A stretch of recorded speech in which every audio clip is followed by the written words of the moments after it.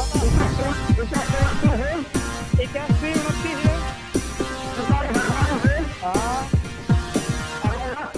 दोस्तों, आप देख रहे हैं इंडिया दैनिक न्यूज़ और मैं हूं आपका दोस्त संजय कौशिक। दोस्तों, आज मौजूद हैं महेंद्रगढ़ ज़िले के गांव खुडाना में। मामला है एक जो निरपराध निर्दोष आदमी है, उसको किसी और की बदौलत बिहाइंड द बार्स होना पड़ा और पुलिस प्रशासन के साथ साथ जो प्रशासनिक अधिकारी हैं उनकी प्रताड़ना का भी शिकार होना पड़ा। तो हमारे साथ, क्या नाम है जी आपका? सुमित नाम है जी। हमारे साथ मौजूद हैं सुमित जी, जो कि खुडाना गांव से बिलोंग करते हैं। कब हुई थी आपकी शादी? जी 19 नवंबर 2019 को हुई थी मेरी शादी। इनकी शादी 19 नवंबर 2019 को हुई थी। अभी सारा मामला क्या है, पिछले काफ़ी दिनों से, एक साल से ये मामला प्रिंटेड मीडिया में भी चर्चा में रहा, लेकिन बड़े अफसोस की बात है कि कुछ चंद जो ताकतवर लोग होते हैं वो अपनी ताकत का दुरुपयोग करते हैं और उस दुरुपयोग के सहारे निर्दोष को सज़ा दिलवाते हैं और जो दोषी है वो आज़ाद घूमते रहते हैं। तो आइए सुमित जी से मिलेंगे और जानेंगे कि क्या सारा मामला है, आखिर क्यों ये ज़रूरत महसूस की गई कि आमजन का सहयोग लेना पड़े, क्यों मीडिया को खुडाना गांव में पहुंचना पड़ा।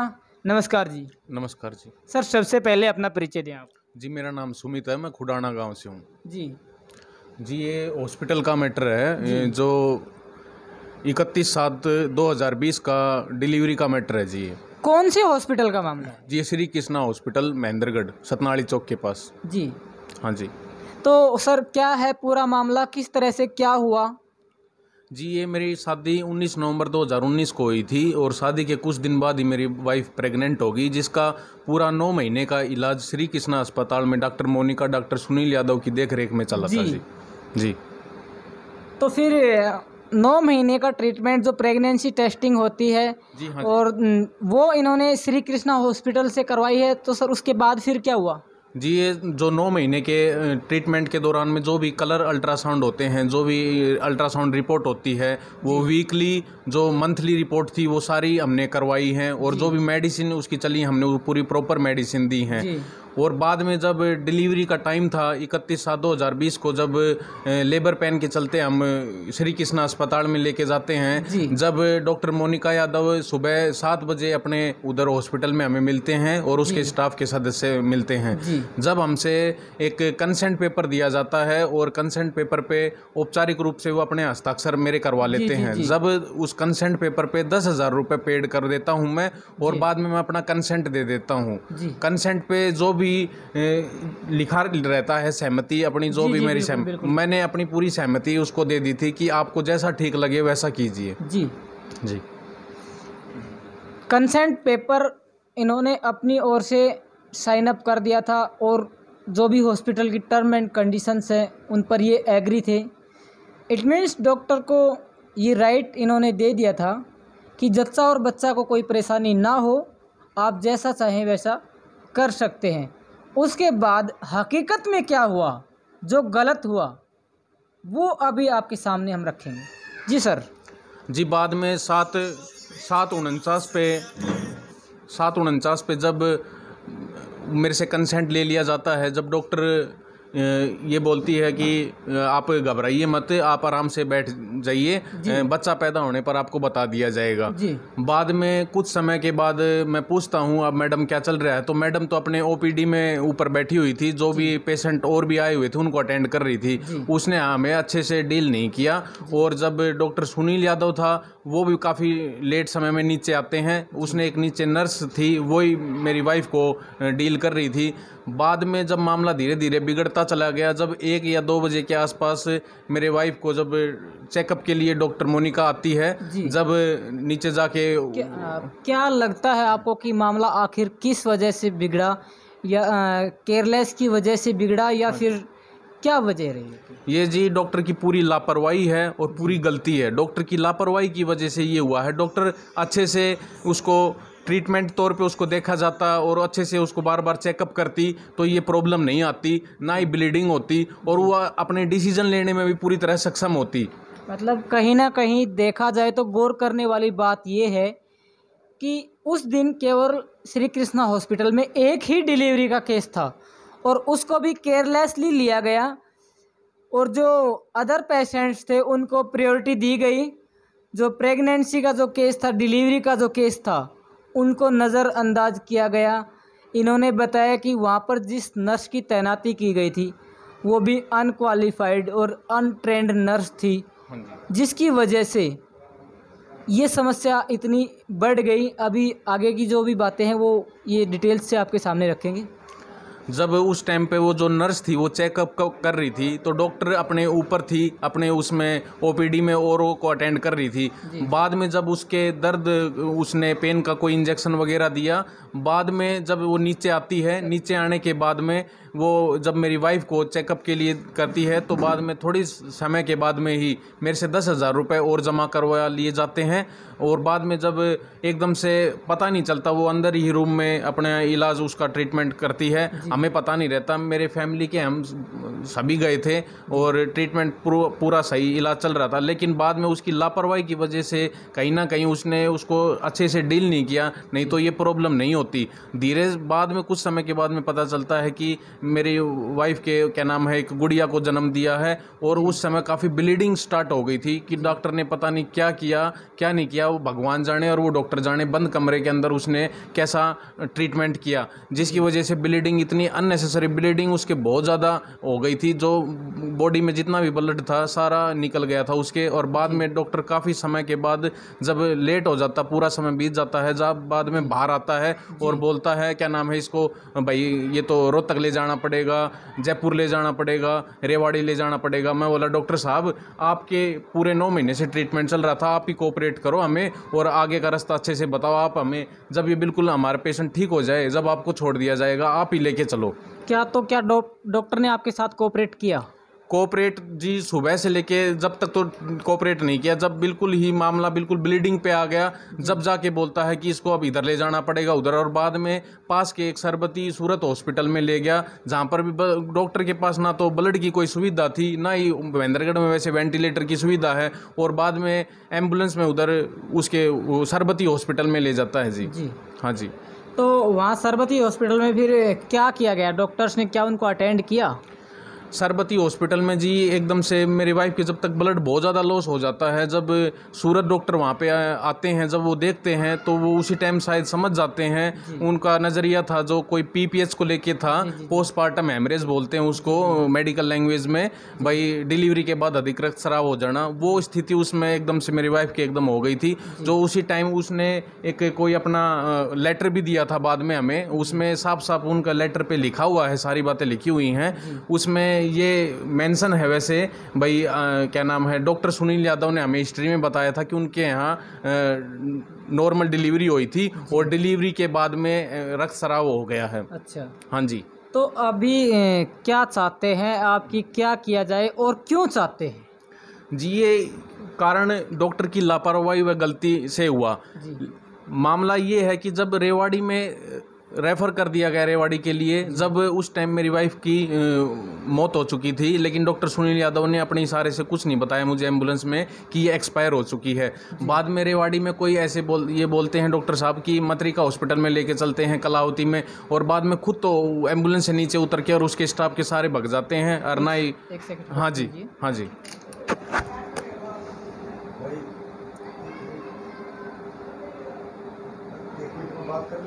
हाँ कोई बात नहीं सर।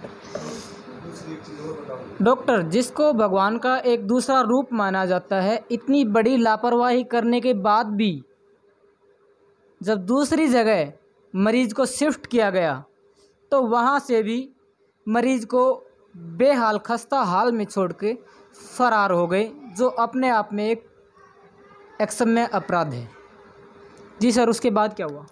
जी वो डॉक्टर वहाँ से चला जाता है। जब सुबह से लेकर शाम तक मैं अपने ससुराल वालों के फ़ोन से संपर्क में था और मैं उनको अपनी उस घटना की सारी जानकारी दे रहा था कि अभी ये प्रॉब्लम है, अभी ये प्रॉब्लम है। मैं मेरी वाइफ से भी बातें करा रहा था कि ये ऐसे है। वो अपनी जो भी उनके रिलेशन में उनके मामा जी हैं, नानी जी हैं, सबसे बात कर रही थी। हाँ जी, बातें कर रही थी।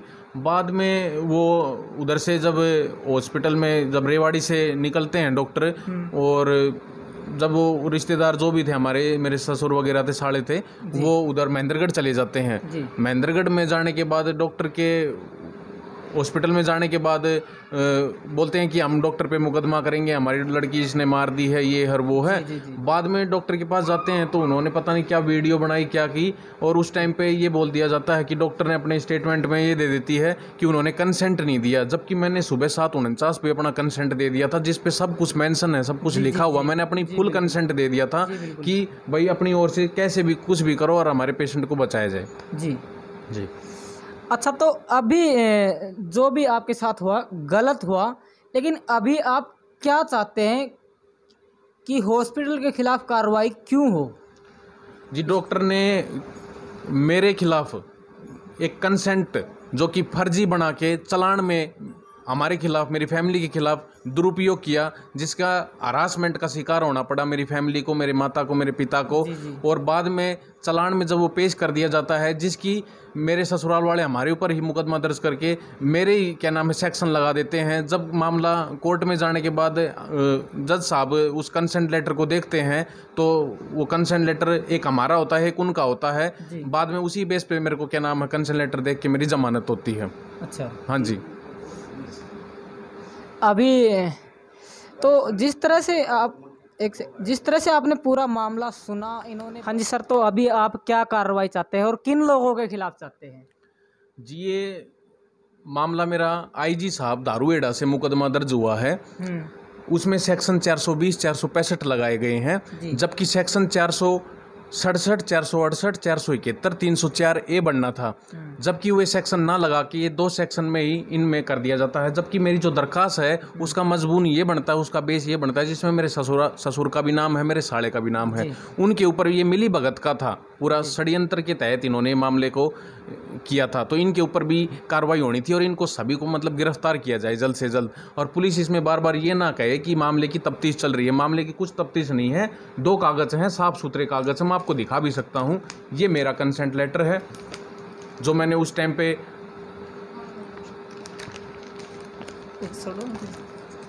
ये डॉक्टर का कंसेंट लेटर है। ये आप मेरे पीछे देख पा रहे हैं, ये वो कंसेंट लेटर है जो इन्होंने अपने मरीज को हॉस्पिटल में एडमिट करवाते वक्त दिया था।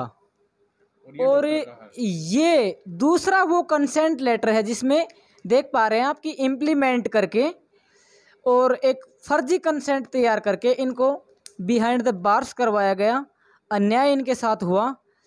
और जितने भी प्रशासनिक अधिकारी हैं, कहीं ना कहीं पुलिस प्रशासन पर भी सवाल उठाया गया है और अपने लेवल पर इन्होंने कोशिश भी की है। एक तो इनके परिवार से एक जो सदस्य है उनकी जान चली गई, दूसरी बात इनको बिहाइंड द बार्स होना पड़ा। तो ये अभी चाहते ये हैं कि जो श्री कृष्णा हॉस्पिटल, आप सभी भी जानते हैं कि श्री कृष्णा हॉस्पिटल कोई पहला विवाद नहीं है। ये हॉस्पिटल पहले भी विवादों में रहा है और आज भी जो मुद्दा है वो श्री कृष्णा हॉस्पिटल से ही संबंधित है। तो अभी ये इस मामले में चाहते हैं कि जो डॉक्टर है उनके खिलाफ ना सिर्फ कार्रवाई की जाए बल्कि उनको गिरफ्तार भी किया जाए। जी सर। मैं आपको ये बता देना चाहता हूँ, इस हॉस्पिटल पे पहले भी पीसी एंड पीएनडीटी के भ्रूण लिंग जांच के काफ़ी मुकदमे दर्ज हैं। जो ये अखबार की कटिंग है, इसमें आपको मैं दिखा देता हूँ, ये सारे, इसमें सब कुछ मेरे पास सारे प्रूफ के साथ हैं ये। और इसके लापरवाही के भी काफ़ी मुकदमे दर्ज हैं इसके ऊपर, और मैंने आरटीआई भी डाली है, उसमें भी पूरी लिस्ट निकल के आई है। इसके ऊपर पहले भी काफ़ी मुकदमे दर्ज हैं। और मैं आपको ये बता देना चाहता हूँ, जब मैंने इसके लिए काफ़ी संघर्ष किया है और पुलिस वालों ने मेरे को बिल्कुल भी कोऑपरेट नहीं किया है, मैं आपको बता देना चाहता हूँ, जो पहली मेरी दरखास्त थी वो जी 7/8/2020 की थी जी। वो जी नेग्लिजेंसी को लेकर के थी, लापरवाही को संबंधित में, जब इन्होंने पुलिस ने मेरी दरखास्त को दबा दिया गया जी। दूसरी मेरी 10/8/2020 की SHO सिटी महेंद्रगढ़ को बाई पोस्ट दी थी मैंने, जिसका रसीद नंबर भी मेरे पास है। जी। तीसरी मैंने 10/8/2020 को SP नारनौल को दी थी, जिसका रसीद नंबर भी मेरे पास है। जी। बाद में मैंने जो फर्जी मामले को लेकर के जो चालान पेश हुआ था, उस मामले में 30/10/2020 को SHO सिटी महेंद्रगढ़ को दी थी, जिसके ऊपर अभी मुकदमा दर्ज हुआ है। जी। उसके बाद मैंने 9/11/2020 को SHO सिटी महेंद्रगढ़ में बाई पोस्ट दी थी। उसके बाद में मैंने 9/11/2020 को SP नारनौल में बाई पोस्ट दी थी, जिसका रसीद नंबर भी मेरे पास है। कुछ दरखास्तें मैंने बाई हैंड दी हैं, कुछ दरखास्तें मैंने बाई पोस्ट दी हैं। बाद में 20/11/2020 को पुलिस अधीक्षक SP साहब को मैंने दरखास्त दी थी, जिसका मेरे पास परिवाद क्रमांक नंबर भी है।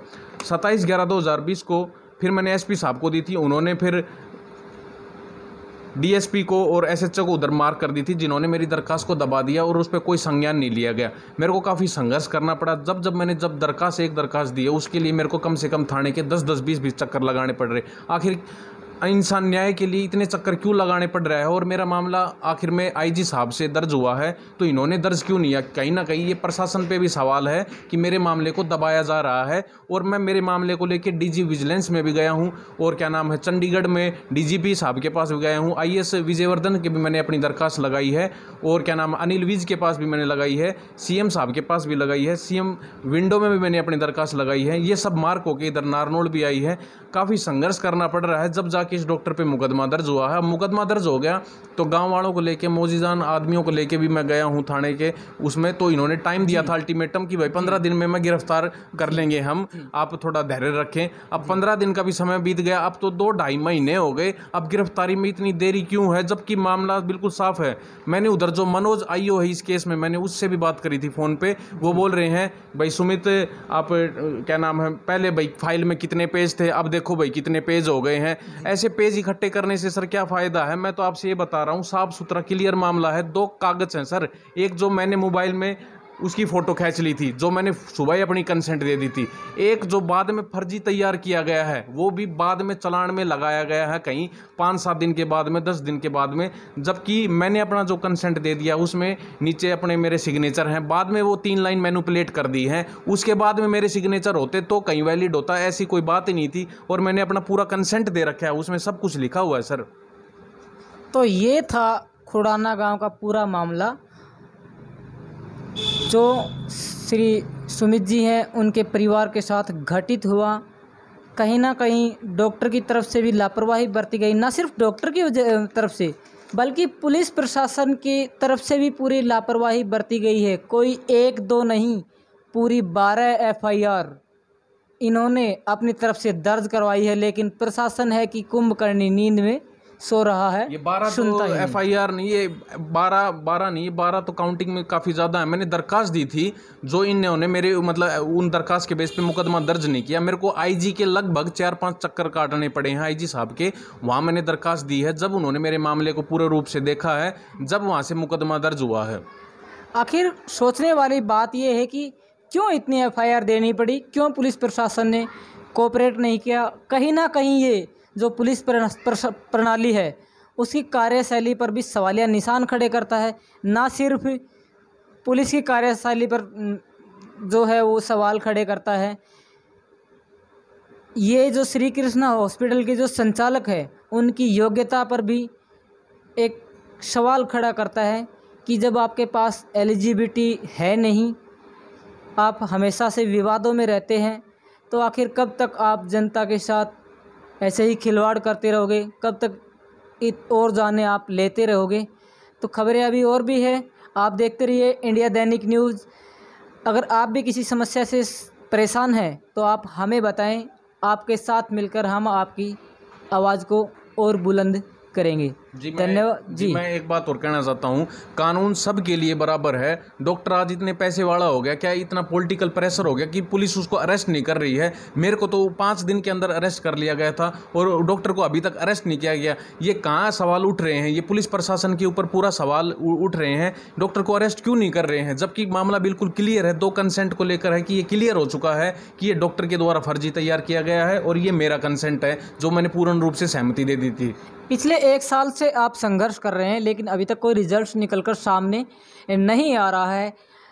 अगर प्रशासन आपके साथ कोऑपरेट नहीं करता है तो आगे की क्या आपकी रणनीति रहेगी, क्या आप कार्यवाही करेंगे? हम 27/6/2021 को गांव के जब मोजीजान 7 गांव के लोग गए थे, जब SHO साहब ने ये कहा था कि 15 दिन में हम अपनी कार्रवाई कर देंगे और जो भी कार्रवाई होगी हम डॉक्टर को अरेस्ट कर देंगे। लेकिन SHO साहब के 15 दिन की जगह अब 2 महीने बीत चुके हैं, उन्होंने अभी तक कोई कार्रवाई नहीं की है। हमने उसी टाइम ये कह दिया था कि यदि आप कार्रवाई नहीं करोगे तो मजबूरन हमें आंदोलन करना पड़ेगा। जो आज हम आंदोलन की रूपरेखा हमने तैयार कर रखी है और हम रोड पे जल्द ही मैदान में उतरेंगे और इस डॉक्टर का बहिष्कार करेंगे और इसका लाइसेंस रद्द कराएंगे और हमें कुछ भी करना पड़े इस हॉस्पिटल के ऊपर ताला लगाएंगे, क्योंकि इसने बहुत ही गलत काम किया है। काफ़ी लोगों की जान जा चुकी है। PCP NDT में जो बच्चा बताते हैं कि इसके लड़का है लड़की, पता नहीं कितने ऐसे बेगुनाह मारे गए हैं। हमारे साथ मौजूद हैं जो विक्टिम है सुमित जी, उनके पिताजी। सर नमस्कार। नमस्कार सर सबसे पहले अपने बारे में बताइए, क्या नाम है आपका? मेरा बजरंग सिंह। अच्छा सर, क्या चाहते हैं, क्या कार्रवाई हो? हम डॉक्टर को अरेस्ट करना चाहते हैं। डॉक्टर को अरेस्ट आप करवाना चाहते हैं? एटलीस्ट यही आप चाहते हैं कि डॉक्टर के खिलाफ न सिर्फ कार्रवाई हो बल्कि अरेस्ट किया अरेस्ट जाए? होना चाहिए। धन्यवाद। विक्टिम है सुमित जी, उनकी माता श्री भी हमारे साथ मौजूद है। हाँ जी नमस्कार। क्या नाम है जी आपका? थोड़ा तेज। अच्छा, तो क्या चाहते हैं कि क्या कार्रवाई हो? डॉक्टर को गिरफ्तारी चाहिए। तो जैसा कि आपने देखा है, पूरी फैमिली हमारे साथ यहाँ पर मौजूद है और सभी की एक ही आवाज़ है कि डॉक्टर के खिलाफ ना सिर्फ विभागीय कार्रवाई हो बल्कि उनको गिरफ्तार किया जाए। धन्यवाद।